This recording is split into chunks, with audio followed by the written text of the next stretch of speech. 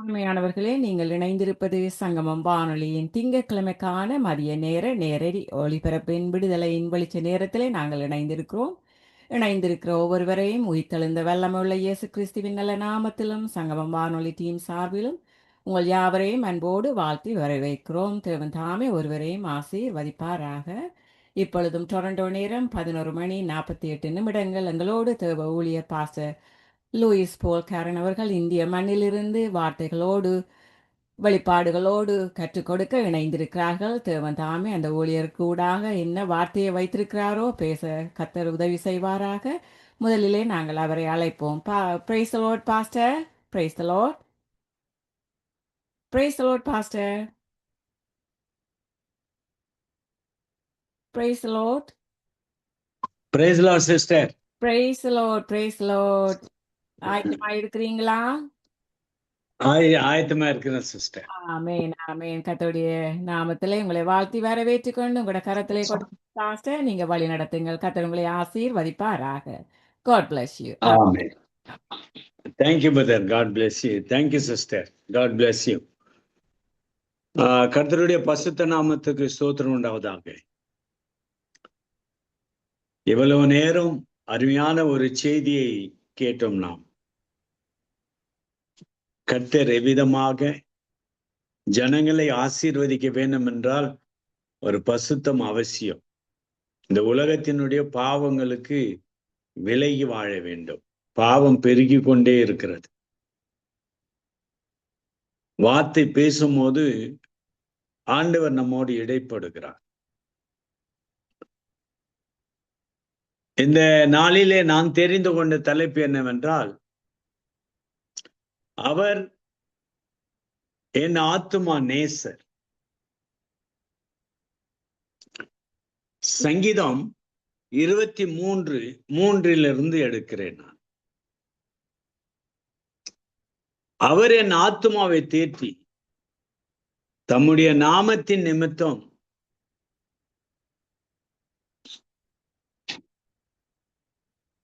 நீதியின் பாதையில் நடத்துகிறார்.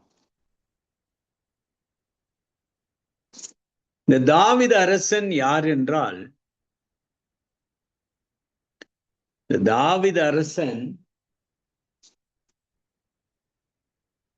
கர்த்தரால் தெரிந்து கொள்ளப்பட்டவன், கர்த்தரால் அபிஷேகம் பண்ணப்பட்டவன். இந்த பாடலை எழுதினவர் தாவீது அரசன் தான். கர்த்தர் என் மேய்ப்பராயிருக்கிறார், நான் தாட்சி அடையேன். கர்த்தரை தன்னுடைய வாழ்க்கையில் மேய்ப்பராய் கொண்டு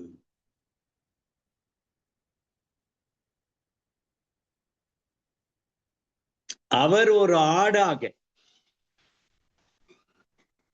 தன்னை அர்ப்பணித்து வாழ்ந்ததை வேதத்தின் மூலமாய் பாடுகிறார். வேதத்தில் கொடுக்கப்பட்ட இந்த சங்கீதம்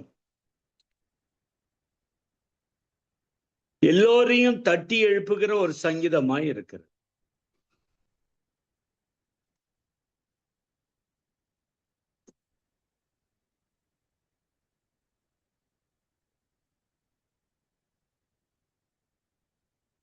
இந்த சங்கீதக்காரன் அவனுடைய வாழ்க்கை வரலாறை பார்க்கும்போது, வீட்டிலே இருந்த ஒரு இளைய குமாரனாய் இருந்து தகப்பனால் ஆடுகளை மேய்ப்பதற்கு காடுகளுக்கு அனுப்பி காட்டிலே வாழ்ந்து கொண்டிருந்த ஜீவியம். இவருக்குள் ஒரு தெய்வ பக்தி இருந்தது. கர்த்தருக்கு பயப்படுகிற பயம் இருந்தது. கர்த்தரை நோக்கி பார்க்கிற விசுவாசம் இருந்தது. தன் வாழ்க்கையிலே தளர்ந்து போகாதபடி தேவனுடைய நாமத்தை தன் வாழ்க்கையிலே உறுதியோடு பற்றி கொண்ட ஒரு தேவனுடைய தாசன். கர்த்தருடைய கட்டளைக்கும் கீழ்ப்படிவதிலோ, கர்த்தரை பாடல் மூலமாக மகிமைப்படுவதிலோ, கர்த்தருக்கு துதியை செலுத்துவதிலோ கர்த்தருக்கு நன்றி செலுத்துவதிலும் ஆண்டவருக்கு ஸ்தோத்திர பலியை இடுவதிலும். சங்கீதம் 103:1 என் ஆத்துமாவே கர்த்தரை ஸ்தோத்திரி என்று தன் ஆத்துமாவை தட்டி எழுப்பி ஆண்டவரை ஸ்தோத்திரிக்க அநேகருடைய உள்ளங்களை தட்டி எழுப்பினார் ஒரு தேவனுடைய தாசன். இவருடைய வாழ்க்கையிலே இவர் கர்த்தரோடு நெருங்கி வாழ்ந்தபடினாலே அநேக பாடல்கள், இந்த சங்கீதங்களில் 150 சங்கீதங்கள் உண்டு. அவைகளில் 73 சங்கீதங்கள் தாவீது அரசனாலே எழுதப்பட்டவைகள். இப்படி அவருடைய வாழ்க்கையிலே அநேக பாடல்களை எழுதி அந்த பாடல்கள் இன்றும் ஒவ்வொரு சபையிலும் இந்த சங்கீதத்தை நாம் வாசிக்கிறோம், தியானிக்கிறோம். அது நம்மோடு பேசுகிறது, நம்மை உயர்மிச்சு கொடுக்கிறது, உற்சாகப்படுத்துகிறது, நம்மை எச்சரிக்கிறது, நம்மை கண்டிக்கிறது.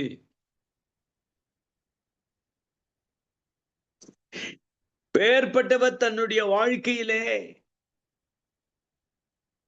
கர்த்தரை நான் எக்காலத்திலும் ஸ்தோத்திரிப்பேன், அவர் துதி எப்போது என்னுடைய வாயில் இருக்கும் என்று 34ஆம் சங்கீதத்தில் 1 பார்க்கும் போது அவர் நல்லவராய், வல்லவராய், போதுமானவராய், கர்த்தரை தெரிந்து கொண்ட காரணத்திற்காக, கர்த்தரை நேசித்த காரணத்துக்காக உள்ளத்தின் ஆழத்திலிருந்து முழு இருதயத்தோடும் முழு ஆத்மாவோடும் கர்த்தரை பின்பற்றினதும் முழு ஆத்மாவோடும் முழு சிந்தனையோடும் முழு பலத்தோடும் ஆண்டவர் மீது வைத்த அந்த வைராக்கியம் உள்ள விசுவாசமும் அவரை துதித்து பாடுவதில் தன் வாழ்க்கையில் முதலிடத்தை கொடுத்த தேவனுடைய தாசன். நீ காட்டிலே வானால் நாட்டிற்கு வந்து ஆளுகை செய்ய என்று காட்டில் இருந்தவனை நாட்டுக்கு அழைத்து வந்து ராஜாவாய் மாற்றினவர் தான் கர்த்தர். சாமுவேல் தீர்க்கதரிசி ஈசாயினுடைய வீட்டிற்கு செல்லும் பொழுது ஒருவனை ராஜாவாக அபிஷேகம் பண்ணப்பட வேண்டும் என்று கர்த்தர் சித்தம் கொண்ட பிறகு அந்த வீட்டுக்குள் பிரவேசித்தார். பெரியவனிலிருந்து ஒன்றின் பின்னாக ஒன்றாக ஈசாய் சாமுவேலுக்கு முன்னாக கொண்டு வந்து நிறுத்தும் போது கர்த்தர் பேசுகிறார், இவன் இல்லை, இவன் இல்லை, இவன் இல்லை என்று. வீட்டில் இருந்தவர்கள் எல்லாம் முடிந்த பிறகு இவ்வளவு தானா என்று கேட்கும் போது ஒருவன் இருக்கிறான், ஆடுகளை மேய்த்து கொண்டிருக்கிறான் என்று அங்கு செய்தி சொல்லும் போது அவனை அழைத்து வாருங்கள் என்று தீர்க்கதரிசி சொல்லுகிறார். அதுவரையிலும் அவர் போஜன பானம் பண்ணவில்லை. கர்த்தருக்காக, கர்த்தருடைய சித்தத்தை நிறைவேற்ற, கர்த்தருடைய திட்டத்தை நிறைவேற்ற காத்து கொண்டிருந்த தீர்க்கதரிசி சாமுவேல் தீர்க்கதரிசி. தாவீதை அழைத்து வந்தார்கள். தாவீதை கொண்டு வந்து சாமுவேலுக்கு முன்னாக நிறுத்தும் போது கர்த்தர் பேச ஆரம்பிக்கிறார். இவன் தான் இவனை அபிஷேகம் பண்ணி என்று. கர்த்தருடைய இதயத்திற்கு ஒரு பிரியமான ஒரு தாவீதாய், துதிக்கிற தாவீதாய், ஸ்தோத்திரிக்கிற தாவீதாய், கர்த்தருடைய கட்டளைகளை கை கொண்டு வாழ்கிற தாவீதாய் இருந்தபடினாலே கர்த்தருடைய நாமம் என்றென்றைக்கும் ஆசீர்வதிக்கப்படுவதற்கு இவர் மூலமாக பரிசுத்த ஆவி எழுதப்பட்ட ஒவ்வொரு சங்கீதமும் இந்த நாட்களில் நம்மை தட்டி எழுப்புகிறது. அந்த சாமுவேல் தீர்க்கதரிசி தாவீதை ராஜாவாய் அபிஷேகம் பண்ணினார்.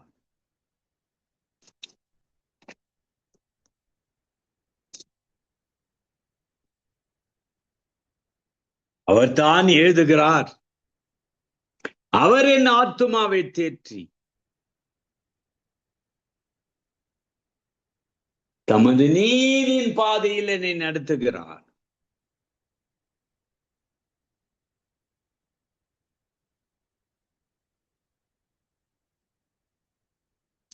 சங்கீதம் 19:7 சொல்லுகிறது,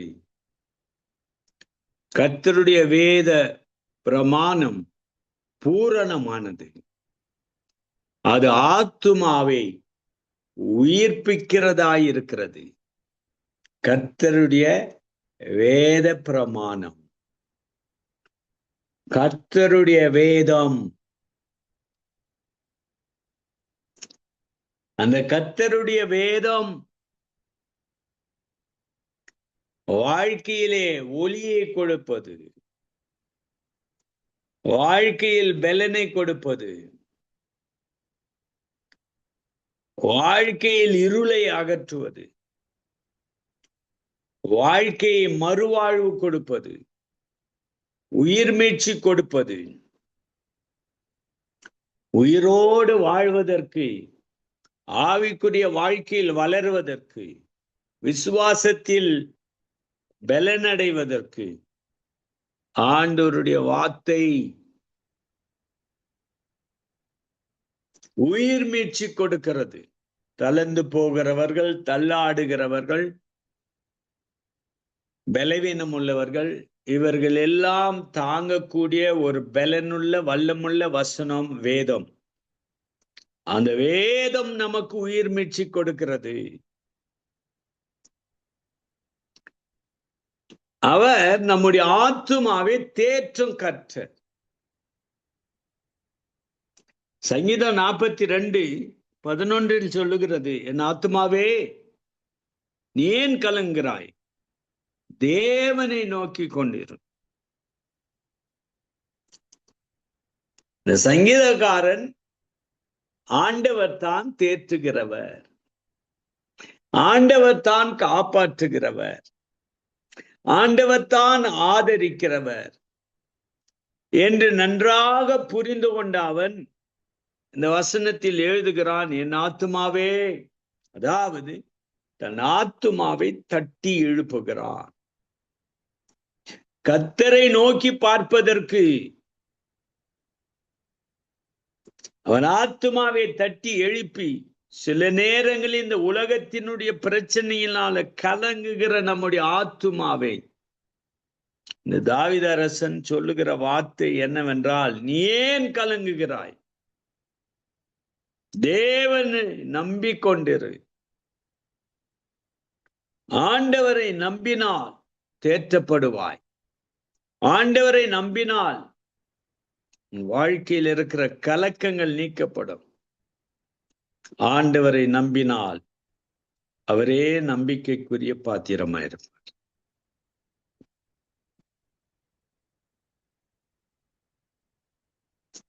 ஆண்டவர் தேற்றுகிறார் என்றால் புலம்பல் 3:25 இவ்விதமாக சொல்லுகிறது,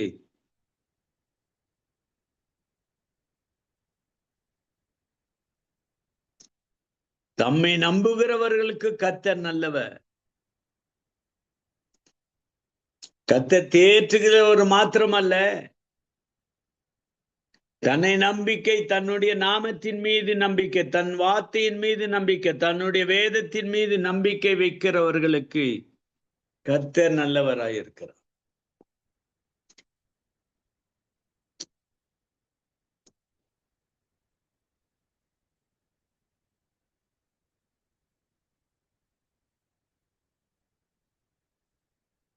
கர்த்தர் நல்லவராயிருக்கிறார். கர்த்தருடைய பரிசுத்த நாமத்திற்கு ஸ்தோத்திரம் உண்டாவதாக.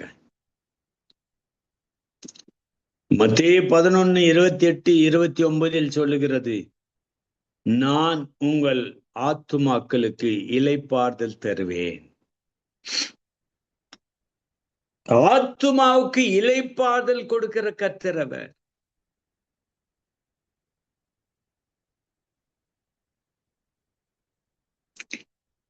அவர் தேற்றுகிற கர்த்தர் மாத்திரம் அல்ல,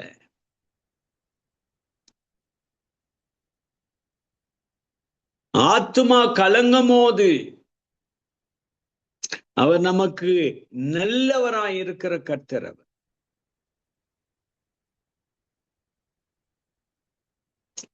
ஆண்டவர் வாக்குத்தத்தத்தை கொடுப்பது என்னவென்றால், நான் உங்கள் ஆத்துமாக்களுக்கு இளைப்பாறுதல் தருவேன். அதாவது நம்முடைய ஆத்துமாவுக்கு இளைப்பாறுதல் கொடுக்கிற கர்த்தர் அவர்.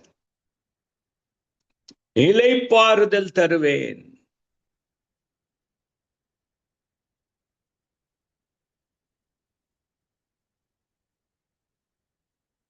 அப்போ நம்முடைய வாழ்க்கைக்கு ஆத்துமாவுக்கு இளைப்பாறுதல் வேணும் என்றால், இந்த உலகத்திலும் இளைப்பாறுதல். இந்த ஆத்துமா இந்த உலகத்தை விட்டு பிரிந்த பிறகு இயேசு ஆனவர் வருவதற்கு முன்பதாக அது இளைப்பாரி கொண்டிருக்கிறது. அந்த இளைப்பாறுதல் இந்த பூலகத்தை விட்டு போன பிறகு, அதற்கு முன்பதாக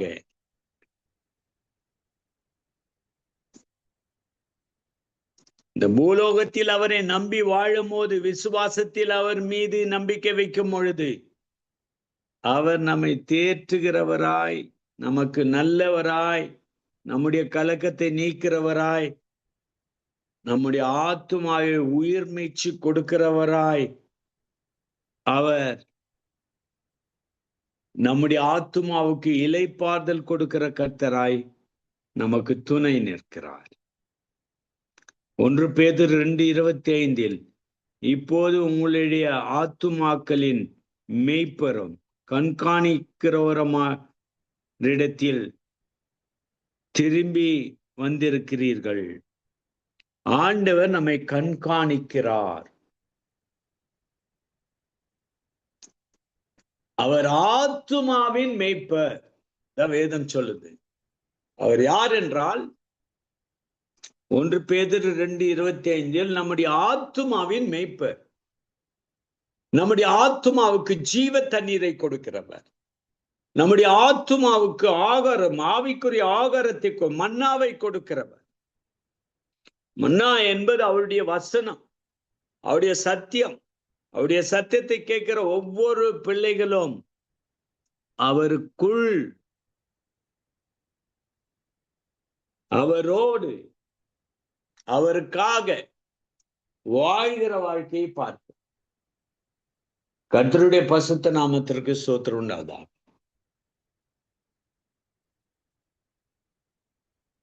அவர் நமக்கு இளைப்பாறுதல் கொடுக்கும் போது அந்த இளைப்பாறுதலை நாம் ஏற்றுக்கொள்ள வேண்டும். அவரிடத்தில் நாம் திரும்ப வேண்டும். இந்த உலகத்திற்காக விசுவாசத்தில் பின்மாறி போகிறவர்கள், பாவம் செய்கிறவர்கள், குற்றத்தை செய்கிறவர்கள், கர்த்தருடைய கட்டளை உடைக்கிறவர்கள், தன்னுடைய வாழ்க்கையில் ஜெபம் பண்ணாமலும், தேவ வசனத்தை வாசிக்காமலும், தேவ வசனத்தினுடைய கட்டளைகளை உடைத்து மீறுகிறவர்களாயிருக்கிறவர்களுக்கு ஆண்டவர் அழைக்கூழ்வது என்னவென்றால், நீ மனம் திருந்து திரும்பி வா. ஆண்டவர் நம்மை அவருடைய கண்களாலே நம்மை காண்கிற கர்த்தர் அவர்.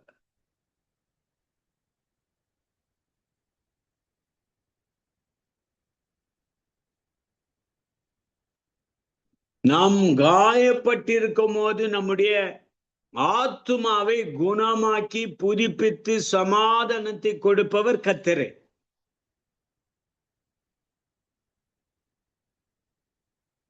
காயப்பட்ட, சோர்ந்து போன ஆத்துமாவை குணமாக்கி புதுப்பித்து சமாதானம் கொடுப்பவர் கர்த்தரே.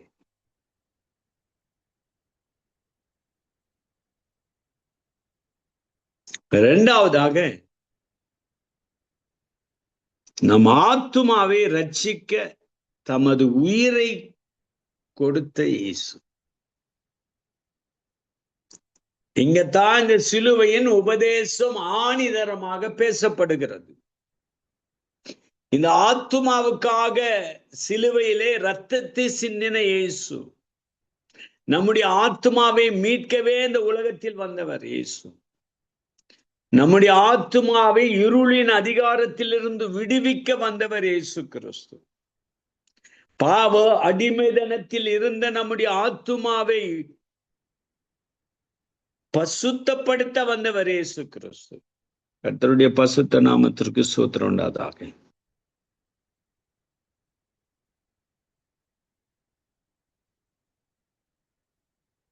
நம்முடைய ஆத்துமா ரட்சிக்கப்பட வேண்டும் என்று தன் உயிரையே கொடுத்த இயேசு கிறிஸ்து. யோசித்து பார், அவருடைய அன்பு விலையேற பெற்ற அன்பு, அவருடைய அன்பு மாறாத அன்பு. ஆகவே தான் அவர் சொல்லுகிறார், யோவான் 10:11 சொல்லுகிறார், நல்ல மேய்ப்பன் ஆடுகளுக்காக தன் உயிரை கொடுக்கிறான். நானே நல்ல மேய்ப்பன், நல்ல மேய்ப்பன் ஆடுகளுக்காக தன் உயிரை கொடுக்கிறான். நானே நல்ல மேய்ப்பன். இப்படி இந்த வார்த்தையை உச்சரித்தது இந்த உலகத்தில் யாரும் இல்லை, இயேசுவை தவிர. நானே நல்ல மேய்ப்பன், நல்ல மேய்ப்பனாகிய நான் ஆடுகளுக்காக, என்னை நம்பி வருகிற என்னுடைய பிள்ளைகளுக்காக தன் உயிரை கொடுத்தேன். ஆண்டவர் அவருடைய உயிரை கொடுத்து நம்மை ரட்சித்தார், நம்முடைய ஆத்துமாவை ரட்சித்தார்.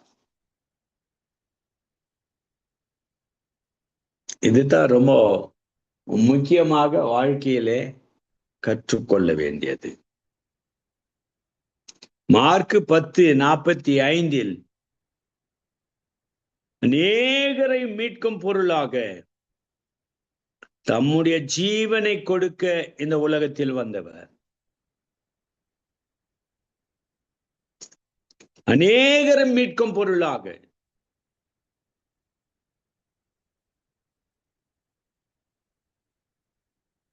தன் ஜீவனை கொடுத்த இயேசு கிறிஸ்து.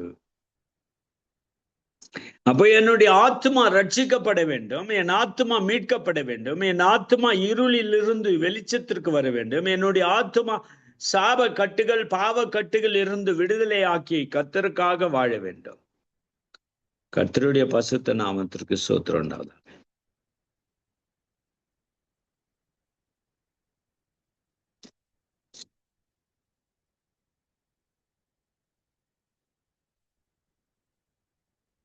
நம்ம ஆத்மாவை ரட்சிக்க வந்தவர் ஒரே ஒருவர், கர்த்தராகிய இயேசு கிறிஸ்து.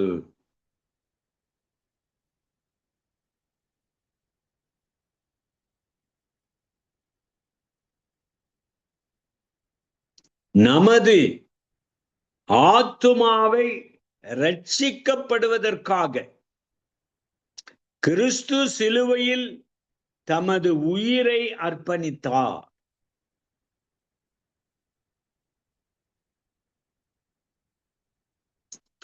சிலுவை என்பது ஒரு கொடூரமான தண்டனை.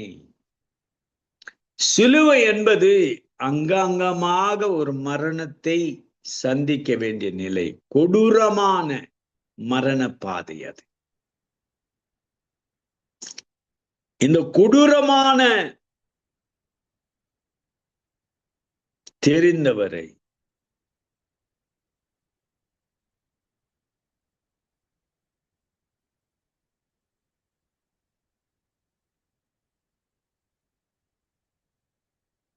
ஆண்டவராகிய இயேசு கிறிஸ்து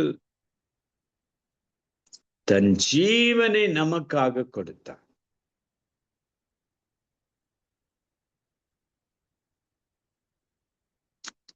அவருடைய நாமம் உயர்த்தப்பட்ட நாமம், மகிமையின் நாமம். தாழ்மையை தரித்தவராய் இந்த பூலோகத்தில் வந்து தன் வாழ்க்கை அர்ப்பணித்து சிலுவையின் தண்டனைக்கு தன்னை ஒப்பு கொடுத்தார், பலியானார். காரணம், உன்னையும் என்னையும், உன் ஆத்மாவும் என் ஆத்மாவையும் மீட்பதற்காக. அதற்காகத்தான் நம்முடைய ஆத்மாவின் ஆண்டவர் கர்த்தர்.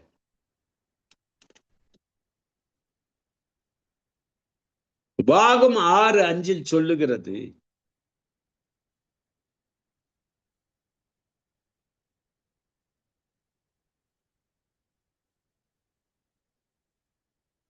உன் முழு இருதயத்தோடும் உன் முழு ஆத்மாவோடும் கர்த்தரை நேசிக்க ஆயாக.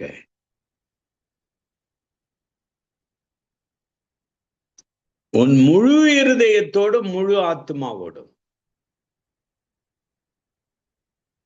கர்த்தரை நேசிக்க வேண்டும். உன் ஆண்டவர் உன் ஆத்துமாவின் ஆண்டவராய் இருக்கிறார் என்றால் நீ முழு இருதயத்தோடும் முழு ஆத்மாவோடும் அவரை நேசிக்க வேண்டும். நம்மிடத்தில் இருந்து அவர் எதிர்பார்ப்பது என்னவென்றால் நாம் அவரை நேசிக்க வேண்டும் என்று. இந்த கருமையானவிலே இந்த வசனத்தின் மூலமாக எதை கற்றுக்கொள்ளுகிறோம் என்றால், தன் வாழ்க்கையை அர்ப்பணித்த இயேசு கிறிஸ்து நம்மிடத்தில் இருந்து எதிர்பார்ப்பது நம்முடைய ஆத்துமா அவரை முழு இருதயத்தோடு முழு ஆத்மாவோடு அவரை நேசிக்க வேண்டும், அவரை பின்பற்ற வேண்டும், அவரில் அன்பு கூற வேண்டும் என்று எதிர்பார்க்கிறது.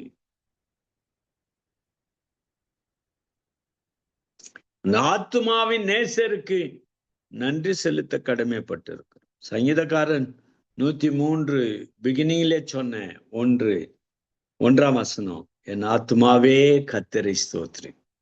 தன் ஆத்துமாவை தட்டி எழுப்பி ஆண்டவருக்கு சோத்திரம் செலுத்து என்று சொல்லுகிற ஒரு தேவனுடைய தாசனை இந்த வேதத்தின் மூலமாக கற்றுக்கொள்ளுகிறோம், அறிந்து கொள்ளுகிறோம். அவன் நம்முடைய ஆத்மாவின் நேசராய் இருந்தான். என் ஆத்மாவே கர்த்தரை ஸ்தோத்திரி, என் முழு உள்ளமே அவருடைய பசுத்த நாமத்தை ஸ்தோத்திரி. என் ஆத்மாவே கர்த்தரை ஸ்தோத்திரி, அவர் செய்த சகல உபகாரங்களையும் மறவாதே.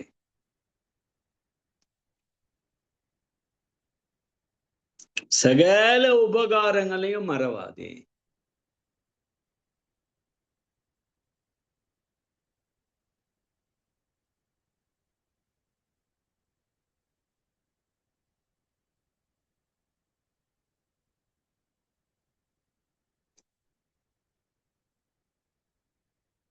நம்முடைய ஆத்துமாவை பார்க்கும் போது நம்முடைய ஆத்துமா நமக்கு சொந்தமானது அல்ல, அது கர்த்தருக்கு சொந்தமானது. அதுதான் புரிந்து கொள்ள வேண்டும். அந்த ஆத்துமா எனக்கு சொந்தமானது அல்ல, அதை படைத்தவருக்கே சொந்தம். அதை புரிந்து கொண்டு நாம் வாழ வேண்டும். கர்த்தருடைய பசுத்த நாமத்திற்கு ஸ்தோத்திரம் உண்டாவதாக. அவர் பரிசுத்தர், அவர் மாறாதவர், அவர் ஜீவிக்கிறவர், அவர் ஜீவனுள்ளவர். நமக்காக ஜீவனை கொடுத்த கர்த்தர் அவர். அந்த கர்த்தரை பின்பற்றுகிற நாம், அந்த கர்த்தர் மீது அன்பு வைக்கிற நாம், அந்த கர்த்தரோடு தொடர்பு கொள்கிற நாம் முற்றிலுமாக ஒன்று தெரிந்து கொள்ள வேண்டும். இந்த ஆத்துமாவை படைத்தவர் அவர், இந்த ஆத்துமாவுக்கு சொந்தக்காரரும் அவர். இந்த ஆத்துமா எனக்கு சொந்தமல்ல, இந்த ஆத்துமாவை மீட்ட ஆண்டவர் ஆகிய இயேசுவுக்கு சொந்தம்.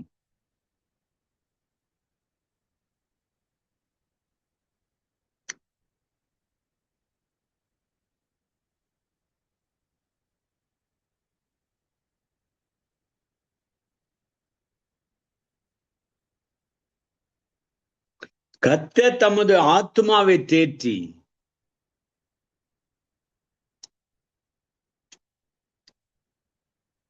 நீதியின் பாதையில் நடத்துகிறார்.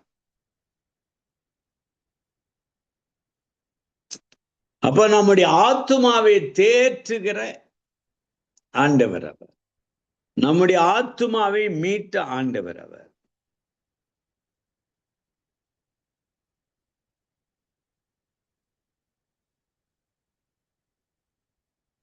நீதியின் பாதையில் நடத்தக்கூடிய கர்த்தராய் நம்முடைய வாழ்க்கையில் வருகிறார்.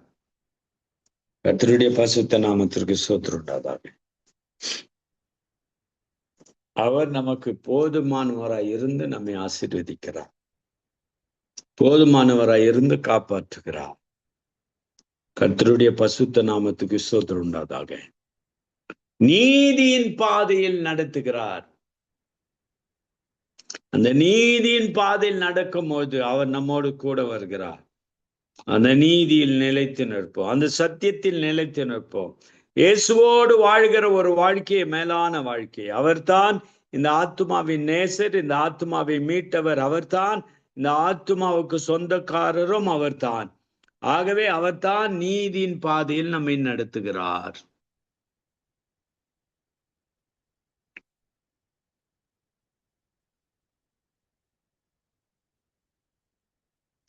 நம் ஆத்துமாவை ரட்சிக்க இயேசு தமது உயிரை கொடுத்தார். அது சிந்திக்க வேண்டும். என் வாழ்க்கையெல்லாம் மறக்கவே கூடாது. அவர் யார் என்றால் நமக்கு உயிரை கொடுத்தவர், பலியானவர், இரத்தத்தை சிந்தினவர், காயங்கள் அடைந்தவர், தன் வாழ்க்கையை முற்றிலுமாக நமக்காக, இந்த உலகத்திற்காக அர்ப்பணித்தவர். நம்முடைய வாழ்க்கை மீட்கப்படுவதற்காக, ரட்சிக்கப்படுவதற்காக.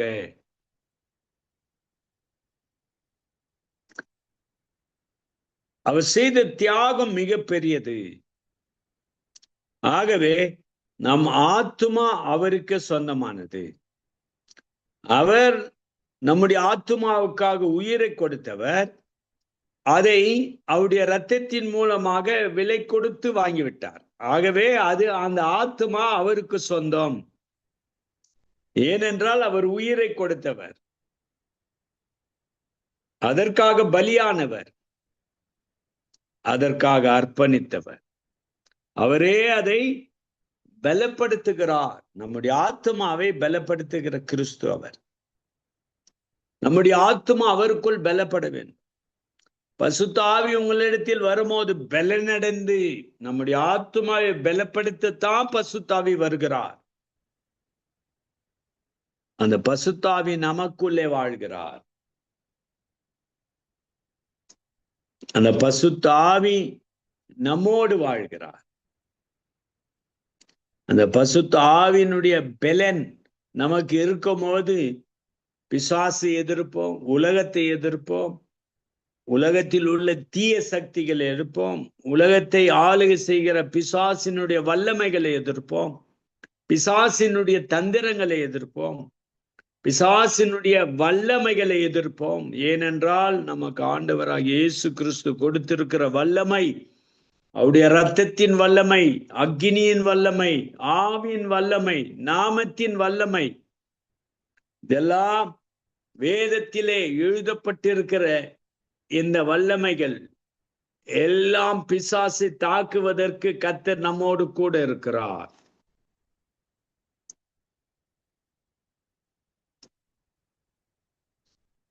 ஆகவே நாம் செய்ய வேண்டிய கடமை என்னவென்றால், அவர் வார்த்தைக்கு கீழ்ப்படிந்து பசுத்தமாய் வாழ வேண்டும். அவருடைய வார்த்தைக்கு கீழ்ப்படிந்தால் தான் உங்க ஆத்துமா பசுத்தமாய் இருக்கும். வார்த்தைக்கு கீழ்ப்படிய வேண்டும். பாவம் செய்யாத துணிந்து உலகத்திற்கு காம்ப்ரமைஸ் ஆகி பாவம் செய்யாத. இன்றைக்கு சபைகள் காம்ப்ரமைஸ் ஆகிறது, போதகர்கள் காம்ப்ரமைஸ் ஆகிறார். சத்தியம் வேறாய். இந்த கல்யாண காரியத்தில் வெளிநாட்களில் பார்க்கும் பொழுது ரோமர்ல எழுதியிருக்கிறபடி, ரோமர்ல பவுல் எச்சரித்திருக்கிறபடி இந்த காலகட்டத்தில் திருமணங்கள் நடைபெறுவது வேதனைக்குரியது. பிசாசு வழி நடத்துகிறான். இந்த உலக இச்சைகளுக்கு அடிமையாகுவதற்கு பிசாசு அவனுடைய தந்திரத்தினாலே திசை திருப்புகிறான். பிரியமானவர்களே, நம்முடைய வாழ்க்கையிலே அவருடைய வார்த்தைக்கு கீழ்ப்படுகிற பிள்ளைகளா இருக்கும்போது நம்முடைய ஆத்துமா ரட்சிக்கப்படும், நம்முடைய ஆத்துமா காக்கப்படும், அது பசுத்தமா இருக்கும். அவருடைய வார்த்தையினால தான் பசுத்தமாக்க முடியும்.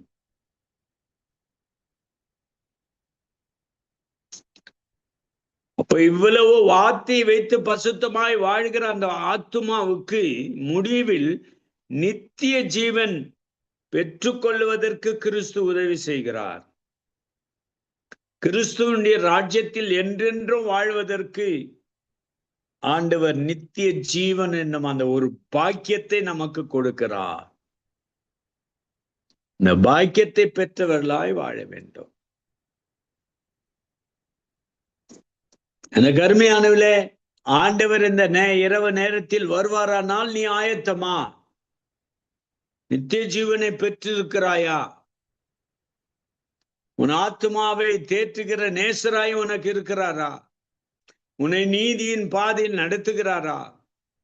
உன் ஆத்துமாவை ரட்சித்தவர் இயேசுதான் என்று நீ விசுவாசிக்கிறாயா? உயிரை கொடுத்த தேவனுக்கு அன்பு காட்டுகிறாயா? நம்முடைய ஆத்துமா அவருக்கே சொந்தமாய் இருப்பதற்காக எடுக்கிறோமா தீர்மானங்கள்? அவரே அந்த ஆத்துமாவை பலப்படுத்தவும் பசுத்த ஆவி நமக்கு அருளப்பட்டிருக்கிறார். அந்த பசுத்த ஆவி நம்முடைய ஆத்துமாவை பலப்படுத்துகிறார் என்று விசுவாசிக்கிறோமா? அவருடைய வார்த்தைக்கு கீழ்ப்படுகிற இதயம் இருக்கிறதா? அவருடைய வார்த்தையை பின்பற்றுகின்ற இதயம் இருக்கிறதா? அவருடைய வார்த்தை தான் வைத்து வாழ வேண்டும் என்று தீர்மானங்களை எடுக்கிறோமா? அவருடைய வார்த்தையினாலே நாம் பசுத்தம் அடைகிறோமா? பசுத்த வார்த்தைக்காக பாவத்தை எதிர்த்து வாழ்கிறோமா? இவையெல்லாம் சிந்தித்து பார்க்க வேண்டும், யோசித்து பார்க்க வேண்டும். ஆத்துமா முடிவிலே ஒரு பாக்கியத்தை பெற்றுக் கொள்ள வேண்டும். நித்தியத்திலே இயேசுவோடு வாழ்கிற வாழ்க்கை, பரலோக பாக்கியத்தை பெற்றுக் கொள்ளக்கூடிய அந்த ஆத்துமா.